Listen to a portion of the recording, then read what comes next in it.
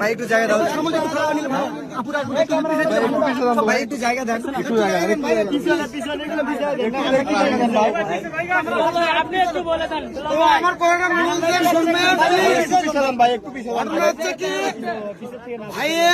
ভাই যে কাজগুলো করে আর যে কাজ সামনের দিকে আমি একটা রোজ ভিডিওতে ভাইও অনেক ছোট মন নিয়ে কথা বলছি, তো ভাই আমাকে ক্ষমা দৃষ্টিতে দেখবেন।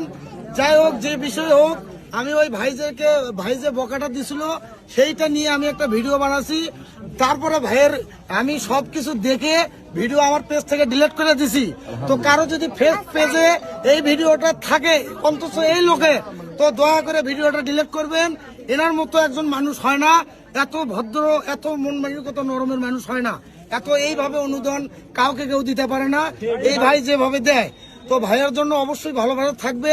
আর আমার বিষয়টা ভাই আমাকে ক্ষমা দৃষ্টিতে দেখবেন কি এটা শুনেন, কেউ যখন নিজের ভুল বুঝে তার ক্ষমা চাইতে হয় না, এটা ক্ষমা হয়ে যায়।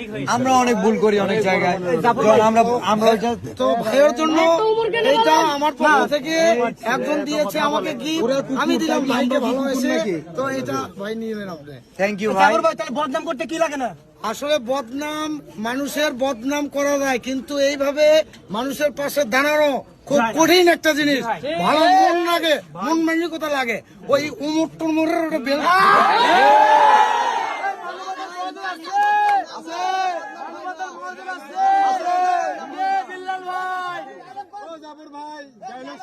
না, আমরা একটু সময় কম, আমরা জাফর ভাই আমরা সবাই নিয়ে